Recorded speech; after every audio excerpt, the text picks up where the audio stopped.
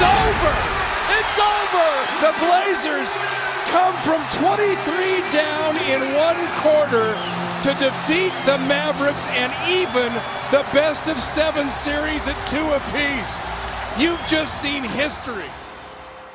Alors, bienvenue à tous dans cette nouvelle émission, The Legacy. Aujourd'hui, et pour les prochaines émissions sur le sujet, sur The Legacy, on va parler de joueurs qui, à mon sens, ont marqué l'histoire de la NBA, ont marqué ce sport à leur manière, de leur empreinte, mais qui sont partiellement ou entièrement sous-cotés, ou partiellement ou entièrement inconnus. Donc on va parler de joueurs qui n'ont pas été des superstars, des joueurs qui ont créé des choses, des joueurs qui ont réveillé des gens, qui ont donné envie à des gens de regarder ce sport, mais aussi des superstars évidemment, qui sont partiellement ou entièrement, encore une fois, sous-cotés, d'époques peut-être lointaines ou d'équipes dont on ne parle pas assez finalement ces dernières années, on ne parle pas assez dans l'histoire globale de la NBA.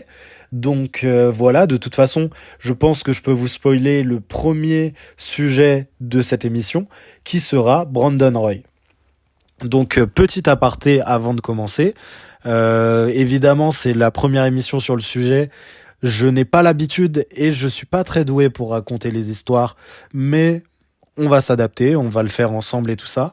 En premier lieu, on va parler de son enfance, de sa carrière universitaire et évidemment de sa carrière de joueur. Je finirai aussi par parler de son après-carrière. Bref, on va faire un grand résumé de sa vie, hein. On va essayer d'être le moins Wikipédia ou le moins boring, le moins chiant possible sur le sujet. Et ensuite, je vous donnerai mon aperçu, mon ressenti à propos de ce joueur en particulier. Et comme vous vous y attendez, pour ceux qui me connaissent et puis pour ceux les plus malins d'entre vous, Brandon Roy est la raison du nom de cette chaîne et sur toutes les miniatures que je fais pour les Natural Podcasts. Il est en soi mon joueur préféré ever, en compétition avec un ou deux autres, mais il est la raison de pourquoi j'aime Portland. Bref, donc petit épisode assez important pour la chaîne, je pense, qui est plutôt aussi de l'ordre du test, mais qui est très important pour moi parce que je parle d'un joueur qui finalement m'a marqué. Je parlerai, je pense, dans cette vidéo aussi de comment je me suis rapproché du basket à travers Brandon Roy. Peut-être que ça intéressera pas tout le monde, donc je le ferai à la fin, en même temps que mon ressenti sur le joueur. Mais je pense que c'est important aussi qu'on parle un peu de moi, parce que Brandon Roy je suis beaucoup lié à Brandon Roy de par mon attrait pour le basket, mon attrait pour Portland, mon attrait pour la NBA en général finalement. Donc allons-y, commençons après cette intro un peu plus longue que d'habitude par vous parler du coup de ce fabuleux joueur qui est Brandon Roy. Allons-y. Du coup, je sais pas combien de temps ça va durer ce petit résumé, ces petites histoires de sa carrière. J'espère que ça prendra pas 5 minutes comme 45, mais allons-y par l'enfance de Brandon Roy. Alors Brandon Roy est né le 23 juillet 84 à Seattle. Il y a grandi dans un des quartiers les plus difficiles de sa ville. C'est vraiment un joueur et un enfant du ghetto entre guillemets qui a grandi dans une situation personnelle très compliquée. Il a grandi avec son frère, avec sa mère. Il n'a pas ou peu connu son père. Il a grandi dans le quartier de Rainier Beach. Je sais pas si je le dis bien, mais quartier connu à Seattle pour être vraiment le pire de la ville. Trafic de drogue, vous vous doutez bien, meurtre, exactions en tout genre, enfin bref. De par l'éducation de sa mère et les efforts qu'elle a fait, là on va beaucoup parler de sa mère, parce que pour le coup c'est vraiment central dans l'enfance de B-Roy. C'est vraiment celle qui a créé le joueur qu'il a été par la suite. Eh bien, de par son éducation, il n'est jamais rentré, évidemment, dans ces histoires de gang, dans ces histoires de choses hors la loi et tout ça. Et c'est même elle qui l'a mis sur le terrain du basket professionnel. En effet, malgré ses petits moyens, malgré le fait que ça soit une mère célibataire avec plusieurs enfants et tout ça, elle travaillait essentiellement et dépensait beaucoup d'argent pour emmener ses enfants, ses deux fils, faire des matchs d'exhibition, faire beaucoup de matchs les week-ends partout dans l'État, autour de Seattle, enfin bref, dans l'Oregon, dans d'autres États et tout ça, l'État de Washington, bref, vous m'avez compris. Elle dépensait beaucoup de temps pour ses enfants, ce qui peut paraître normal, mais ce qui est assez compliqué évidemment quand tu gagnes très peu d'argent, quand tu as une situation assez compliquée. Cette situation, évidemment, Brandon Roy, qui était jeune, ne s'en est pas tout de suite rendu compte.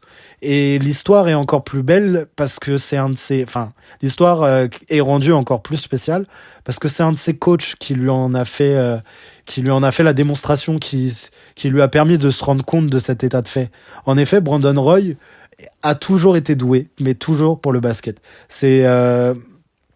On va le voir plus tard avec le surnom qui lui a été donné, mais c'est vraiment, il l'était fait pour ça. C'était la seule chose, on le verra aussi plus tard, dans laquelle il excellait vraiment. Et, euh, et du fait qu'il soit déjà, depuis son plus jeune âge en fait, depuis son enfance, bien plus fort que la moyenne, il ne prenait pas au sérieux ce sport, dans le sens où il essayait, comme n'importe quel enfant en fait, de s'amuser, de prendre du bon temps, et il ne se rendait pas compte des sacrifices de sa mère. Du coup, certains week-ends, il venait les mains dans les poches, il venait après avoir mangé, des choses comme ça. Et certains recruteurs, du coup, même s'il était encore très jeune, il a été très vite scruté, notamment à Seattle, où il est vite devenu une sorte d'icône populaire. Il a été très vite scruté et a déçu plusieurs fois, apparemment, d'après son coach de l'époque, des recruteurs, parce qu'en fait, ne se prenant pas lui-même au sérieux. Après, on parle d'un enfant et tout ça, faut toujours relativiser, pardon, parce que évidemment, Brandon Roy était déjà beaucoup plus doué que les enfants de l'époque. Mais ce coach-là, après un week-end, encore une fois, où Brandon Roy s'est beaucoup amusé, mais où il n'a pas donné la pleine mesure de ses capacités, il est venu le voir et lui a dit entre quatre yeux qu'il ne se rendait pas compte de ce que sa mère faisait pour lui, qu'elle sacrifiait tout, son argent, ses économies, tout ce qu'elle aurait pu faire pour acheter, je sais pas, des vêtements ou autre chose, pour faire des sorties pour elle ou sortir entre amis, bref, pour d'autres choses personnelles. Tout cet argent, elle l'utilisait pour que ses enfants aient la chance de vivre potentiellement de leur passion, aient la chance de s'amuser évidemment et de sortir du ghetto qui était Rainier Beach. Enfin bref, quand ce coach lui a dit ça, ça a été un électrochoc pour Biroy. Biroy s'est tout de suite réveillé parce que la famille, ça paraît logique ce que je dis, mais particulièrement dans son cas, la famille avait un rôle prédominant dans sa vie. C'était le centre de sa vie, sa mère était le centre de sa vie avec son frère qui était lui-même aussi un jeune joueur de basket. Et du coup, il a très vite pris au sérieux le basket. Il s'entraînait H24. Je pense que vous voyez de quoi je parle, hein. On a tous vu les films américains. Il s'entraînait dès qu'il pouvait. Il avait toujours un ballon dans les mains. Il est devenu, dès le début de l'adolescence, il était considéré finalement au lycée comme l'un des meilleurs joueurs de basket de sa région. Il a joué du coup dans l'école secondaire, pour vous donner toutes les infos, hein, de Garfield High School à Seattle. Il a même été nommé joueur de l'année de la Ligue métropolitaine. Il avait effectivement le soutien de toute sa famille dès son enfance. Oui, j'ai aussi oublié de vous dire, c'est sa grand-mère qui lui a donné son premier ballon de basket à l'âge de 6 ans. Bref, c'est une histoire de famille. Et au lycée, même si j'ai pas retrouvé ces stats exactes, on parle quand même des années, vraiment 2000, 99, 98. J'ai pas fait l'effort et je pense pas les retrouver aussi facilement ou sans erreur les stats de Biroy au lycée, mais il était déjà vu comme l'âme et l'espoir de Seattle. Enfin, c'était en fait Seattle personnifié. Et je pèse mes mots. Cette ville avait connu beaucoup de talent, pardon, à cette époque, mais Biroy était vu comme le prochain espoir d'être une superstar, au moins au niveau universitaire. Donc là, je pense que c'est le moment, parce qu'on va parler de sa carrière universitaire, de vous expliquer un peu qui était dans le jeu Biroy. Donc Biroy, évidemment, c'est un arrière. Donc à ce niveau-là, évidemment, il n'avait pas atteint son plein potentiel, vous imaginez bien. Il l'atteindra en NBA après 1 ou 2 saisons dans la ligue, même dès sa saison rookie en fait. Mais on parle du coup d'un B-Roy qui a toujours eu des facilités, comme je l'ai dit. Son surnom est The Natural, d'où le nom de ce podcast, The Natural, parce qu'en fait, chaque geste qu'il faisait sur le terrain, chaque mouvement avait l'air tellement facile et tellement naturel pour lui. Enfin, c'était le basket personnifié dans sa simplicité la plus pure.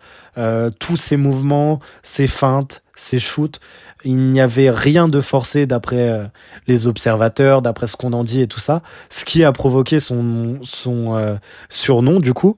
Mais du coup, c'était pour être plus précis, un arrière d'un peu plus d'1m90, capable de scorer aux 3 niveaux, même si à l'intérieur, c'était un finisseur excellent, avec un très bon toucher de balle.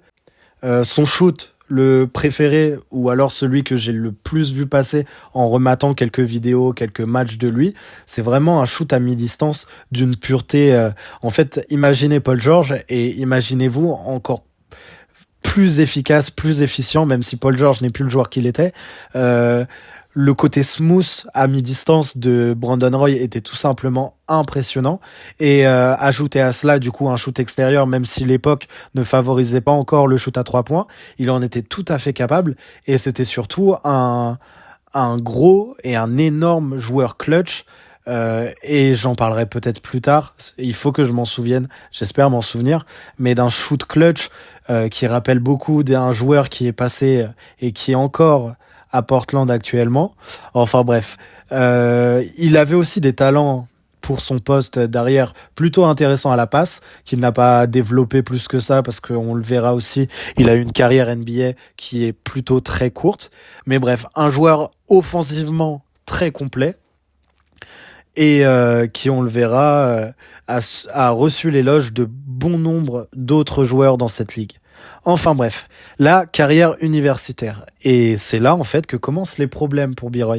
Parce qu'en effet, B-Roy, et on le verra, a eu beaucoup de soucis de santé dans sa vie, et de soucis de maladie, plus précisément, parce que il n'allait, finalement, à cause de ça, pas rentrer en université. Parce qu'il avait un souci, je ne retrouve pas le nom de cette maladie, mais un souci, en fait, qui déformait les chiffres, les nombres et tout ça, vous voyez un peu de quoi je parle, qui l'empêchait de passer les tests préliminaires, les tests d'entrée à la fac, et du coup de pouvoir jouer avec l'équipe des Huskies de son université, l'université de Washington du coup, et il a eu beaucoup de difficultés pour y parvenir.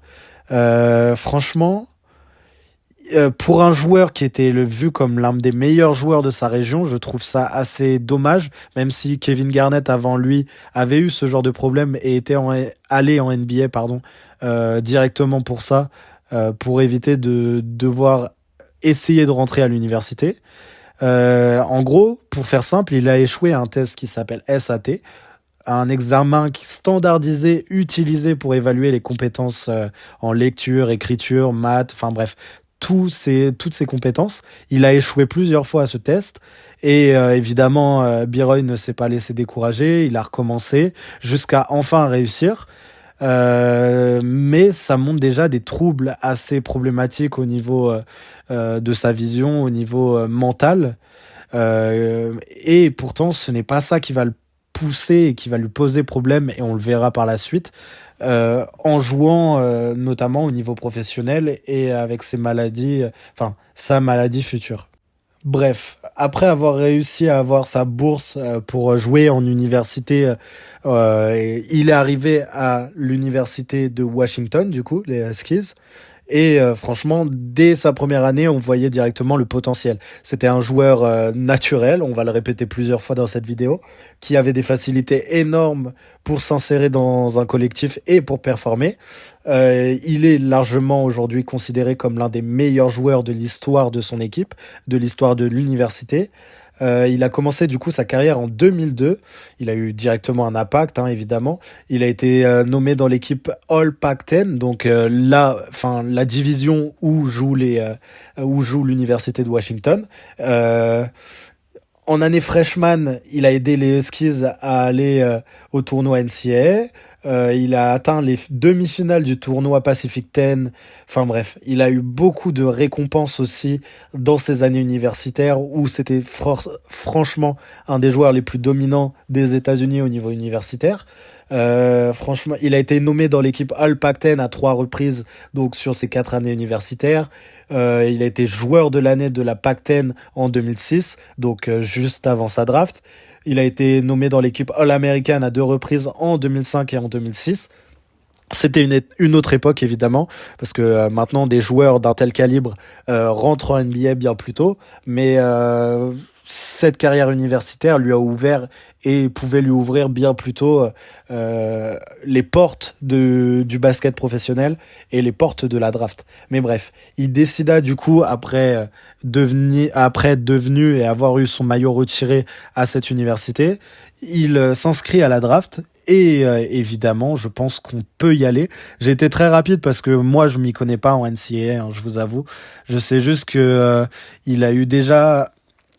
J'ai vu des matchs où il avait des performances, où on voyait le joueur qui pouvait devenir à un niveau supérieur. Il était déjà très clutch à cette époque-là. Et d'ailleurs, son maillot était très classe et ça serait un de mes goals de le retrouver et tout ça. Un véritable maillot, évidemment. Pas une sorte de fake ou de reprise. Mais bref, en tout cas, c'était un des meilleurs joueurs du pays. Et à ce titre, eh bien, il a inscrit son nom à la draft 2007, si je ne me trompe pas. Bref, continuons sur sa carrière, du coup, NBA et sur plus précisément son entrée en NBA à l'occasion de la draft qui s'annonce. Ah mais avant de commencer à parler de cette draft assez particulière pour Portland en général, même si c'est pas le sujet de la vidéo, je voulais vous dire aussi qu'il avait marqué 1805 points au cours de cette carrière universitaire et qu'il était du coup le deuxième de cette fac de Washington en nombre de points inscrits au total. Du coup, ça vous place quand même un homme sur l'impact qu'il a eu pour cette université et sur ses performances. Évidemment, rester 4 ans facilite les choses parce qu'aujourd'hui, ça n'existe plus des joueurs comme ça qui restent 4 ans. Mais des performances marquantes, il en a eu. Je pense à une contre Arizona, par exemple, où il a marqué 35 points. Il a réalisé une performance déjà qui est très remarquable pour le niveau universitaire. Mais c'est surtout qu'il a il a rentré un des shoots les plus impressionnants du basket universitaire de cette époque-là, et puis du basket universitaire tout court, en fait, avec seulement 1,7 secondes à jouer, et il a réussi à faire gagner son équipe de 3 points, à marquer un shoot à 3 points, pardon, excusez-moi, et faire gagner son équipe 90-89, dans un match qui était vraiment pas un des plus serrés de l'époque, mais un des plus chauds de cette époque-là. Enfin bref, continuons maintenant sur la draft pour la deuxième fois, hein, parce que j'y arrive pas, évidemment. Alors, lors de cette draft, qui a vu aussi Portland acquérir en 3e choix l'intérieur Lamarcus Aldridge, qui a eu une carrière NBA énorme. Je sais pas s'il rentrera au Hall of Fame, mais qui a été plusieurs fois All-Star, qui est un des intérieurs les plus smooth de la NBA des années 2010. Qui en plus, c'est pour ça que je parle de draft assez spécial, c'est parce que Portland, lors de cette draft, ont récupéré ses choix qui n'étaient à la base pas les leurs. Il y en a un qui provient, celui de Lamarcus Aldridge provient de Chicago, et je crois que celui qui a drafté Brandon Roy avec le 6e choix du coup, parce que Brandon Roy a été pick en 6, c'est les Minnesota Timberwolves qui ont échangé leur pick. Donc évidemment, hein, toujours cette équipe qui fait des choix fabuleux. Mais bref, Brandon Roy du coup, qui a été pick et qui a été drafté en 6 par Portland, est arrivé à Portland déjà connu de beaucoup de monde, hein, parce que géographiquement les villes sont très proches. Donc à Seattle, on le voyait déjà comme une future star. À Portland, je fais un peu les plans sur la comète, mais je pense que c'était pareil. Même si Lamarcus Aldridge a été pick plus haut, que c'était un intérieur et que l'époque voulait que les intérieurs soient publicités. Bref, Brandon Roy est arrivé en NBA du coup après sa carrière universitaire assez longue, et de ce fait avait une expérience que certains peut-être ne possédait pas encore, qui lui a permis de directement dominer. Il a été dans les équipes All-Rookie de cette saison-là. Il a été Rookie de l'année, évidemment, quasiment unanimement, je crois. Hein. Il n'a que très peu de votes contre lui, on va dire. Il a une montée en puissance même au cours de cette année qui était assez impressionnant, où il marquait déjà 17 points avec quelques rebonds, quelques passes, mais directement, c'est pas dans les stats qu'il faut regarder en fait.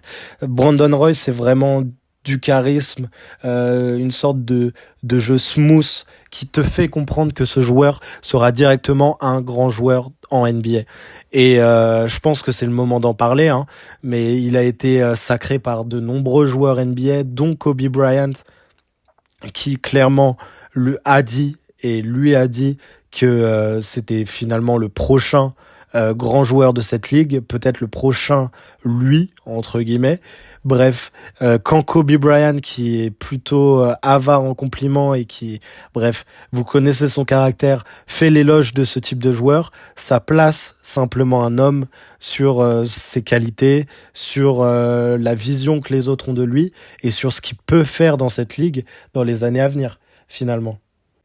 Bref, dès son année sophomore et 3 fois de suite en 2008, 2009 et 2010, B-Roy a été All-Star. Il était clairement le nouveau visage de la franchise de Portland, malgré la draft de la Marcus Aldridge et Greg Oden, dont on va pas faire un grand pavé sur lui, mais qui était vu comme le prochain grand intérieur moderne en NBA. Enfin bref, Brandon Roy était déjà le visage, le renouveau des Blazers, parce que oui, je pense que c'est le moment de le dire, petit aparté, les Blazers de cette époque avaient une sale renommée, et même auprès des fans de la ville, de leur propre ville, ils étaient mal vus. Et de ce fait, l'arrivée de B-Roy a créé quelque chose, une sympathie générale, parce que ce joueur, finalement on ne peut tout simplement pas le détester, a créé une sympathie générale envers cette franchise et a redonné l'amour de cette franchise à des milliers de fans, finalement peut-être des millions, parce que en effet avant les Blazers de B-Roy, eh bien, on avait une équipe qui était surnommée les Jail Blazers, avec des fortes têtes évidemment, qui étaient douées dans le basket, dans le domaine du basket, mais qui avaient beaucoup d'affaires extrasportives, avec des armes, des histoires de tromperie, de bagarres, même une équipe rugueuse sur le terrain, à la manière peut-être des Bad Boys, mais dans une époque qui n'est plus du tout celle des Bad Boys, et qui du coup ne plaît pas, qui ne plaît pas aux commissionnaires, aux fans, à la NBA en général, à tout le monde finalement. Et cette équipe qui avait finalement décidé d'être démantelée était dans un gouffre, dans un fond médiatique qui a finalement été relevé par la présence finalement d'un seul homme, qui est Brandon Roy. Brandon Roy, du coup, qui ramena cette équipe en play-off. Une équipe marquée par les blessures, hein. On va le dire maintenant parce que de toute façon, c'est même pas un spoil au vu de sa carrière, mais Brandon Roy était déjà sujet aux blessures à cette époque-là.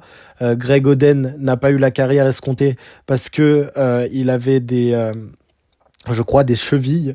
Oui, c'est ses chevilles qui étaient en verre, vraiment des chevilles. Il ne pouvait tout simplement pas jouer en NBA sans se blesser. Et la Marcus Aldridge, qui est le seul qui s'en est à peu près sorti dans cette histoire. Mais bref, quand les trois ont joué ensemble, sur le laps de temps où ils ont joué ensemble, la saison, on va dire, je me souviens avoir vu un truc comme ça où il y avait... Enfin, c'est pas une saison, c'est plutôt le nombre de matchs joués ensemble. Ils ont un bilan de 50 victoires environ pour 26 défaites. Je ne suis pas sûr des 50, mais c'est 52, 53, 50 victoires.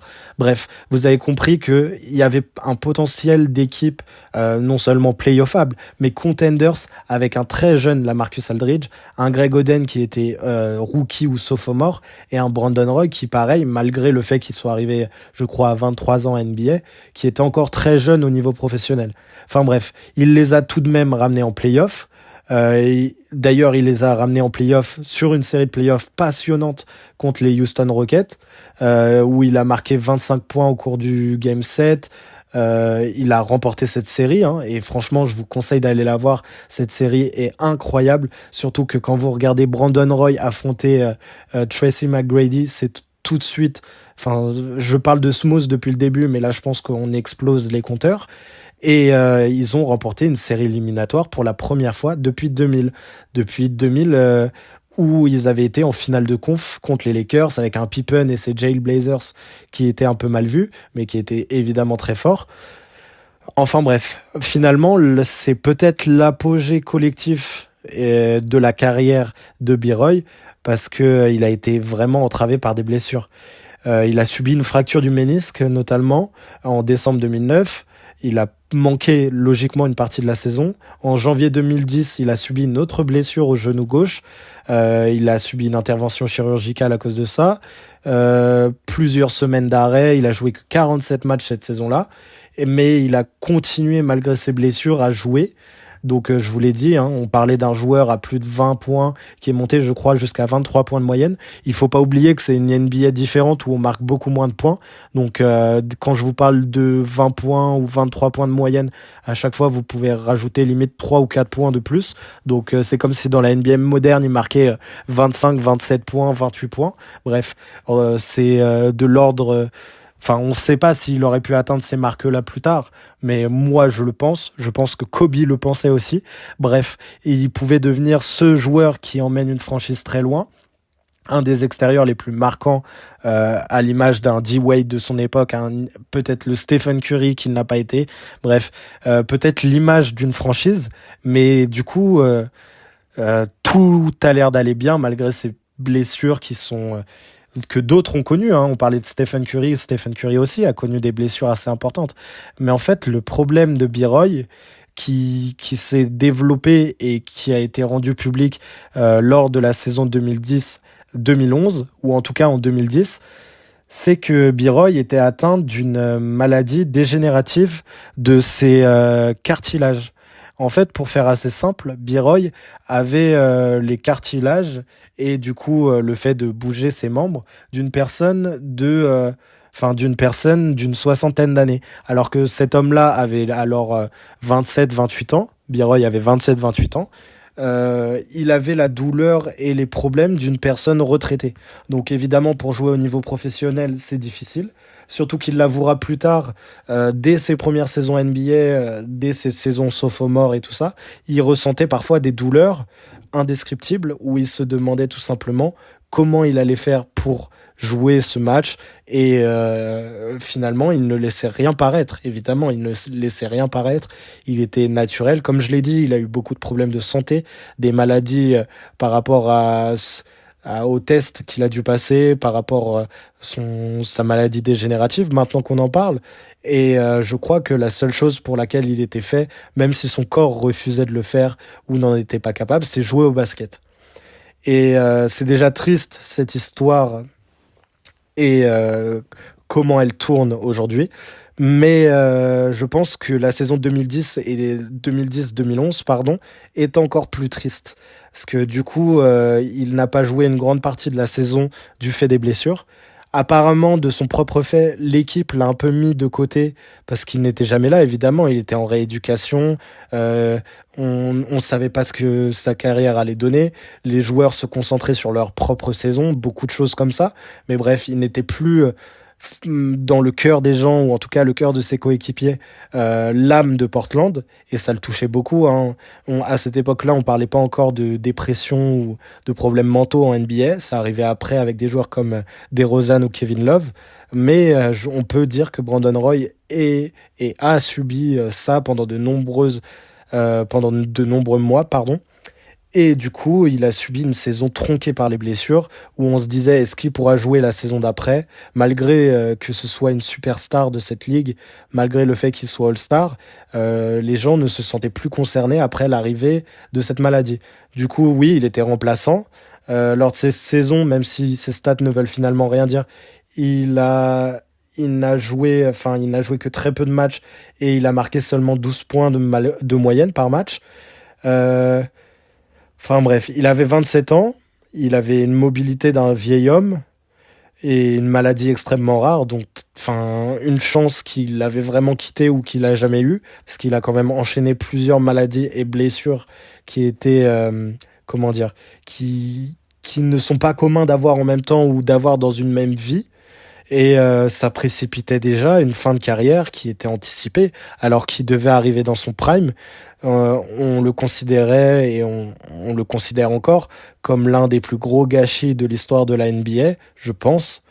Comme un joueur qui aurait pu potentiellement gagner un titre de MVP, potentiellement ramener une équipe au titre, potentiellement créer une des équipes les plus hypantes du début des années 2010 et qui aurait pu concurrencer des équipes comme Miami ou d'autres de cette époque-là, ou des Bulls, je ne sais pas.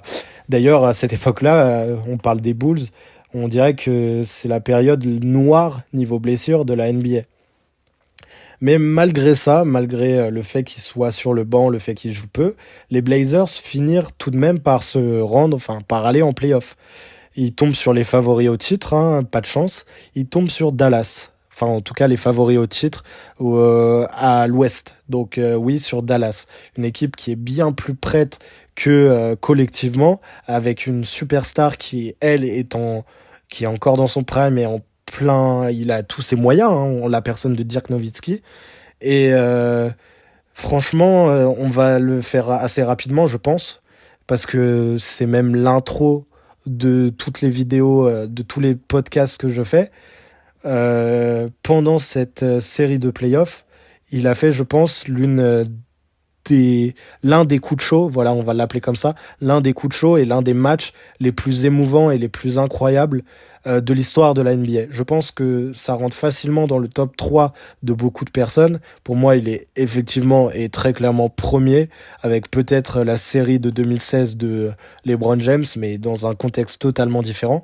Dans ce contexte-là, évidemment, il n'y a personne qui lui arrive à la cheville, parce que tout simplement, il va faire une performance inimaginable.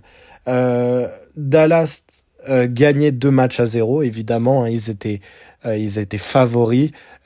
C'était LaMarcus Aldridge, le vrai franchise player de cette équipe. C'était encore assez faible. Évidemment, je le précise au cas où, pour ceux qui ne savent pas, mais Damian Lillard n'avait pas encore été drafté à cette époque-là. Il était encore à la fac. Mais du coup, oui, Dallas gagnait 2 matchs à 0. Le match 3, du coup, eut lieu à Portland parce qu'ils n'avaient pas l'avantage du terrain. C'était déjà un match hyper décisif, hein, vous l'imaginez. Quand il y a 2-0, si Dallas gagne, il y a 3-0, c'est impossible. Tout simplement impossible de revenir. On était au Rose Garden, je crois, le nom. Le Rose Garden de Portland. Une ambiance incroyable. De toute façon, si vous connaissez mon intro, hein, vous entendez bien les voix derrière. Une ambiance tout simplement électrique, incroyable. Ils avaient besoin donc d'une victoire pour éviter d'être éliminés. Et dès l'entrée finalement de Brandon Roy, parce que c'est de lui qu'on parle, malgré la supériorité collective et la supériorité dans le jeu de Dallas, Brandon Roy a fait une performance qui est tout simplement inimaginable. Dès le début, dès la moitié du troisième quart-temps, il rentre sur le terrain et il enchaîne shoot à mi-distance. Imaginez-le, hein, parce que évidemment, on parle de physiquement, quand on regarde le match, on ne le voit pas, mais il avait une jambe piquée, sûrement, pour ne pas sentir la douleur. Il devait avoir mal partout, et malgré ça, il jouait, il tenait debout. Le fait de tenir debout, déjà, m'impressionne. Alors, le fait de dominer les meilleurs joueurs de la planète qui sont en NBA et qui sont en play-off avec les défenses les plus resserrées de l'époque, ça, évidemment que ça m'impressionne, vous voyez. Et du coup, Brandon Roy, évidemment, qui voyait Portland commencer à lâcher le fil du match, qui commençait à se faire distancer, et rentrer, à enchaîner shoot sur shoot, shoot clutch sur shoot clutch, des pénétrations, des shoots à mi-distance, du 3 points. De toute façon, il savait tout faire. Il a marqué des paniers difficiles, il a réussi à distribuer la balle correctement. Les stats n'ont pas l'air impressionnantes parce qu'en fait, il a commencé réellement ce coup de chaud en deuxième mi-temps. Mais le fait est que Brandon Roy a relevé cette équipe. Il a insisté dans le quatrième quart-temps, évidemment, ils ne l'ont pas sorti, il faudrait être fou. Les Blazers étaient quand même en difficulté, hein, ils perdaient encore le match. Il y avait des écarts de 10 points, un écart de 10 points au début du quatrième quart-temps, qui n'a fait que s'estomper au fur et à mesure, à force que Brandon Roy, qui, on le voyait sur son visage, ne vivait que pour le basket et n'aimait que ça finalement dans sa vie, était tellement heureux. Et à la fois, je pense que tout fan lors de ce match avait une boule au ventre. Pas du fait d'une potentielle défaite, mais du fait qu'on était au courant, qu'on était à l'apogée d'une carrière et peut-être aussi la fin d'une carrière. Un sentiment que je pense qu'on a absolument vu, à part une fois peut-être, avec Jordan et The Shot, où Jordan a pris sa seconde retraite en accomplissant un des shoots les plus mythiques en finale NBA et en gagnant un titre. Je pense que vraiment on atteint ce niveau-là d'émotion quand on regarde Brandon Roy lors de ce match. Du coup, quatrième quart-temps, les Blazers encore en difficulté. Il a marqué une série de shoots impressionnantes. Il jouait avec des genoux et des articulations d'un mec de 70 ans. J'insiste vraiment, mais pour vous dire, je veux vraiment vous dire et vous inculquer dans votre tête l'état mental et physique, non seulement des fans, mais de ce joueur et ce qu'il était en train d'accomplir. Il a emmené son équipe en money time et a remporté ce match. Il finit le match avec 18 points en 24 minutes. Rien d'impressionnant. Sauf que ces 24 minutes où il a joué, c'est moitié, on va dire, du troisième quart-temps jusqu'à la fin du match au quatrième quart-temps. Il a joué les secondes et les minutes les plus dures d'un match en NBA, plus encore en play-off, alors que son corps ne suivait plus. Évidemment, ces 18 points sont un record de saison pour lui. Tout fan était en transe. Il chantait son nom, MVP, tout ce que vous voyez. Comment il s'appelle? Vous voyez peut-être la vidéo de ses coéquipiers lui courant dans les bras. Moi, j'ai tiré mon intro de ça. Lui était en pleurs. Il s'est assis au milieu du terrain. Il y a des photos magnifiques. Franchement, faites-vous des fonds d'écran, ce que vous voulez. Il était à ce moment-là le visage de Portland. Il avait réveillé une franchise qui était en décrépitude. C'est effectivement la dernière fois qu'on le verra jouer à Portland, parce que, on le verra sur la fin de la série. Je pense pas vous spoiler ou vous rendre triste en vous disant que ils ont quand même perdu cette série en 2011 et que c'est une fin de carrière finalement pour Brandon Roy, qui partira comme étant l'une, pour moi, des plus grandes légendes de Portland et des Blazers. Il réessayera l'année, je crois 2 ans après, en 2013. Il jouera 5 matchs avec les Timberwolves, mais son corps ne suivait tout simplement plus. Ça se voyait. Il n'était tout simplement plus capable de faire ce qu'il faisait avant. Et donc, il prit sa deuxième retraite. Est-ce qu'on peut parler vraiment d'une deuxième retraite? Je pense juste qu'il a essayé de se faire un kiff pour essayer de retrouver ses émotions qu'il avait vécues 1 an et demi avant. Enfin bref. Du coup, au niveau de sa legacy, je sais pas en fait. Est-ce qu'on parle de sa legacy ou est-ce qu'on parle de son après-carrière? Parce que Brandon Roy, après sa carrière, vas-y, on va parler de son après-carrière. Après sa carrière, Brandon Roy a retrouvé sa famille, a créé une famille. On va parler un peu de positif. Il est marié, il a 5 enfants, dont 2 avec une femme qui s'appelle Tiana Bardwell. Donc ça a l'air d'aller.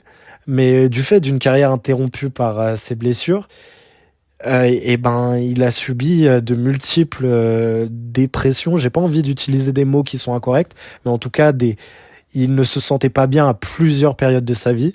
Il a réussi à retrouver du succès en devenant coach, notamment. Il a remporté le championnat de l'État de Washington en 2017-2018. Enfin bref, il a des compétences en tant qu'entraîneur qui sont pas négligeables, qui l'ont fait être reconnu à l'échelle nationale. Il a été nommé entraîneur de l'année apparemment pour les écoles secondaires en 2018. Il a aussi une fondation qui se concentre sur l'aide aux jeunes et aux familles en difficulté à Seattle. Là, on retrouve un peu l'aspect familial, il a toujours été très proche de sa famille et le reste encore. Il a réussi à créer sa nouvelle famille avec ses enfants après. Donc, il y a du bon dans cette histoire, il faut quand même le relever. Sa fondation, et je pense que vous pouvez aller la soutenir si vous le souhaitez. Sa fondation dit beaucoup de la personne qu'il était aussi dans la vie de tous les jours.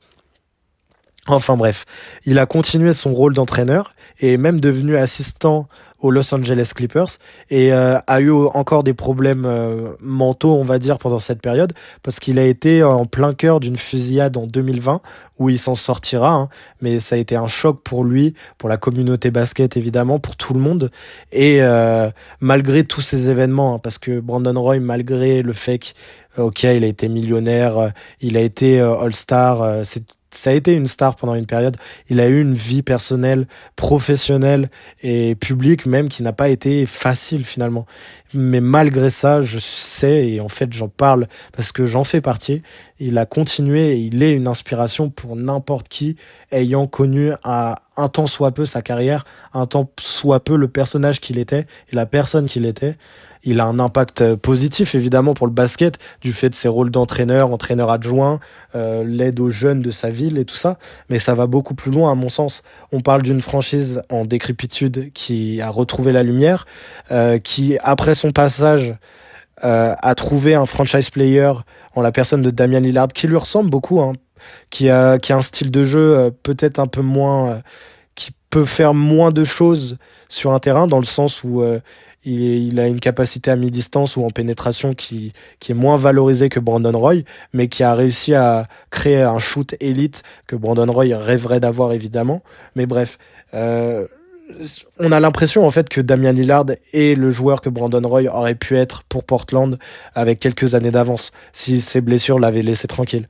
Mais même sans ça, même sans avoir ce maillot retiré, parce que oui, Brandon Roy et son numéro 7 de Portland n'ont jamais été retirés à Portland. Malgré ça, il y a un respect immense des joueurs qui sont passés par Portland et qui ont porté son maillot. L'exemple qui me vient tout de suite et qui vous viendra peut-être, c'est Carmelo Anthony, qui en arrivant à Portland a voulu prendre le numéro 7 ou reprendre le numéro 7, je sais plus, mais bref, qui a pris ce numéro 7 et qui avant a demandé l'autorisation et si ça dérangeait pas les fans déjà, mais aussi Brandon Roy himself qui lui a dit que finalement c'était un honneur que un joueur comme Carmelo Anthony porte son maillot, porte son numéro. Donc il a accepté. De toute façon, et son maillot n'était pas retiré, il pouvait. Moi, à mon sens, le fait de retirer son maillot n'a pas une importance si capitale. Je pense que les gens se souviendront de lui sans ça, même si ça serait un beau signe de le faire. Je pense qu'il est un peu trop tard. On est en 2023. Il a arrêté sa carrière en 2010-2011. Donc oui, je pense que son maillot sera jamais retiré. Peut-être que si on change de propriétaire, ce le sera. Ou si les fans se mobilisent, mais je vois pas de raison pour laquelle ils le feront. Enfin bref, Brandon Roy a réveillé une ville, je le répète pour la 3e fois, mais à part ça, je pense que toute une génération de, de jeunes joueurs, de jeunes joueurs NBA, de fans de basket, de familles, de tout ce que vous voulez en fait, ont été marqués par ce joueur, par son attitude, parce qu'il inspirait, que ce soit sur un terrain ou en dehors.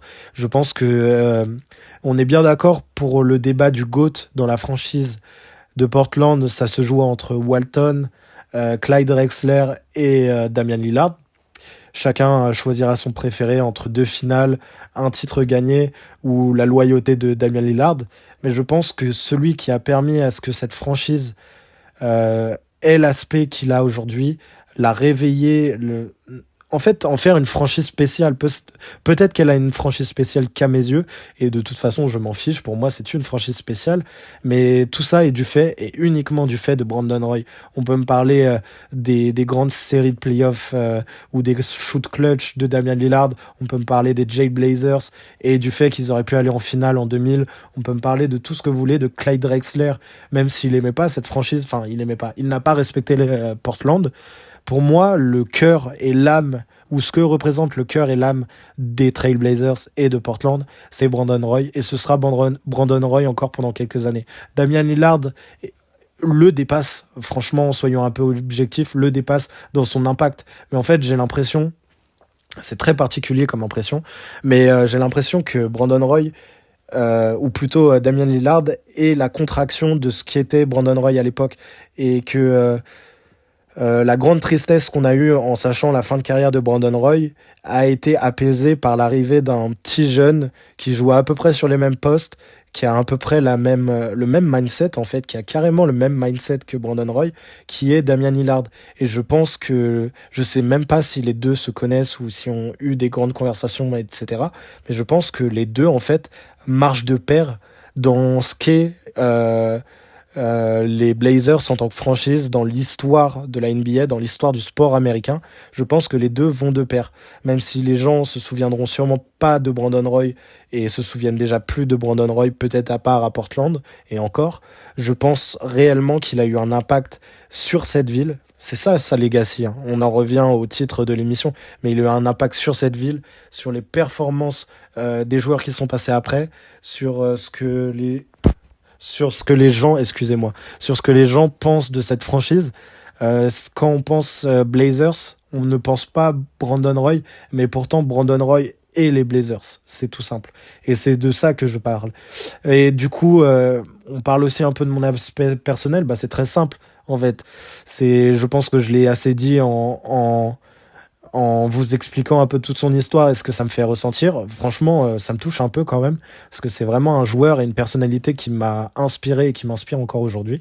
Je pense que son courage est pas à sous-évaluer. Franchement, ce qu'il a vécu, quand je pense que certains ont tout, ont aucun problème physique, bref, il ne faut pas juger, je donnerai même pas de nom, mais que lui a arrivé à s'en sortir et à créer cette famille, à développer sa fondation, à développer toutes ces choses autour, à devenir le joueur qu'il est dans les mentalités de tous, malgré tous ces problèmes, que ce soit pendant son enfance, pendant l'université, pendant sa carrière NBA et même jusqu'à la fin, jusqu'en 2020 où il a été pris en pleine fusillade et que malgré ça, il arrive à inspirer des gens et potentiellement à être heureux, bah évidemment que ça m'inspire. Mais évidemment, quand j'ai vu ce joueur pour la première fois, qui était dans ses dernières saisons en 2010, c'est mon père qui m'a montré ces matchs-là, qui m'a fait découvrir.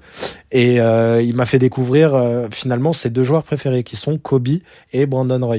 Et moi, j'ai fait assez rapidement mon choix quand j'ai un peu grandi, quand j'ai un peu eu du recul sur ça, et j'ai décidé d'aimer Portland, même si j'adore Kobe et j'adore la franchise des Lakers malgré tout. Et ben c'est lui et c'est cette histoire personnelle, que ce soit une histoire familiale et tout ce que ce joueur implique pour la franchise que je soutiens, qui m'a fait aimer et qui me fait toujours aimer Brandon Roy, et qui pour moi est tout simplement mon joueur préféré. Donc je pensais et je pense qu'il est tout à fait indispensable de remettre les pendules à l'heure, on va dire, et de parler de sa legacy, de parler du joueur qu'il était, parce que je pense que beaucoup oublient, et c'est très triste, hein, c'est l'histoire de la NBA, on oublie certains joueurs qui n'ont peut-être pas assez marqué ou à des époques différentes, bref, on oublie ces joueurs, et je pense qu'il est important de remettre de la lumière sur chacun d'entre eux, et Brandon Roy en premier, à mon sens, évidemment là c'est totalement subjectif, je décide de remettre en premier de la lumière sur Brandon Roy. Donc voilà sa legacy à mon sens, voilà ce qu'il a marqué pour moi et pour la NBA en entier, pour toute une génération de joueurs et de jeunes fans et de vieux fans et tout ce que vous voulez.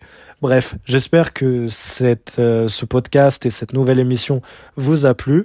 Moi, j'ai adoré la faire, hein, finalement. Je pense que j'ai rien loupé. J'étais assez organisé et plutôt concis, entre gros guillemets. Et on se retrouve plus tard pour peut-être un second épisode, à voir les retours que j'ai et ce que ça donne. Mais voilà. Bonne soirée à tous et puis à la prochaine.